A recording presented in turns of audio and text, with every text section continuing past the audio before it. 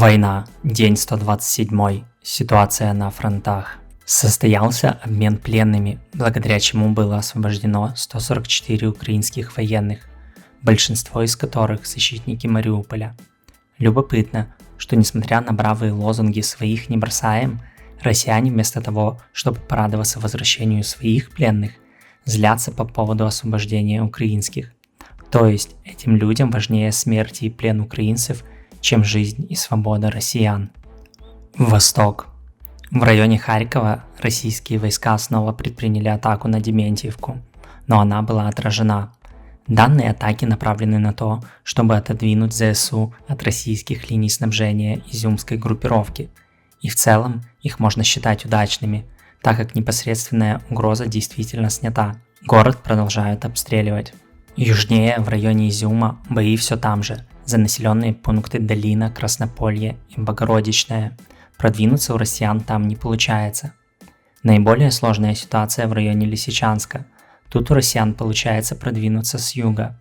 Бои идут на южной окраине города, со стороны Белой горы. Сегодня сообщается, что российские силы захватили холмы вокруг южной стороны, так что вполне вероятно, что они ведут бой в паре километров от центра.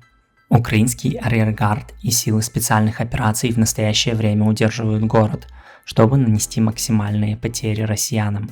Похоже, украинские силы покинули город Приволье и, вероятно, покинут другие города в непосредственной близости от Лисичанска, чтобы избежать окружения.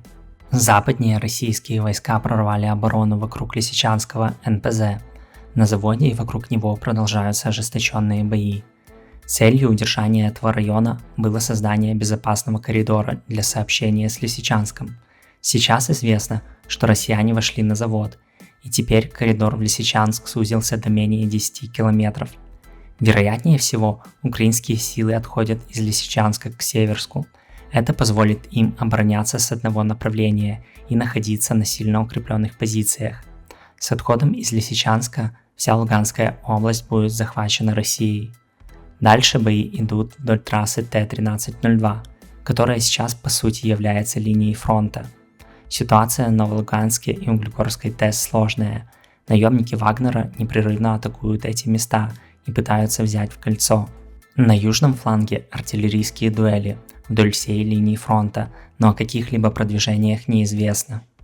Юг. Подтвердилось освобождение села Потемкино на севере Херсонской области. Николаев продолжают обстреливать.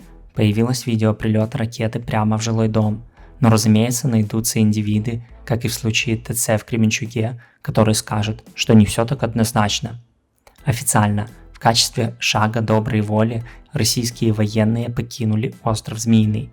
Воля была настолько добрая, что прежде чем покинуть остров, была уничтожена вся наземная техника на острове, в том числе знаменитый «Панцирь С-1», а также часть гарнизона. Разумеется, ракетные удары по острову к этому жесту доброй воли не имеют никакого отношения, ведь все они были перехвачены, как сообщалось ранее. Из интересного. Оказывается, по Змеиному била также артиллерия, а именно украинская «Богдана», видимо, активно-реактивными снарядами. Не забывайте поддерживать видео лайками, комментариями, колокольчиками, а также подписками. Все это важно для продвижения видео и распространения правды. Спасибо за просмотр.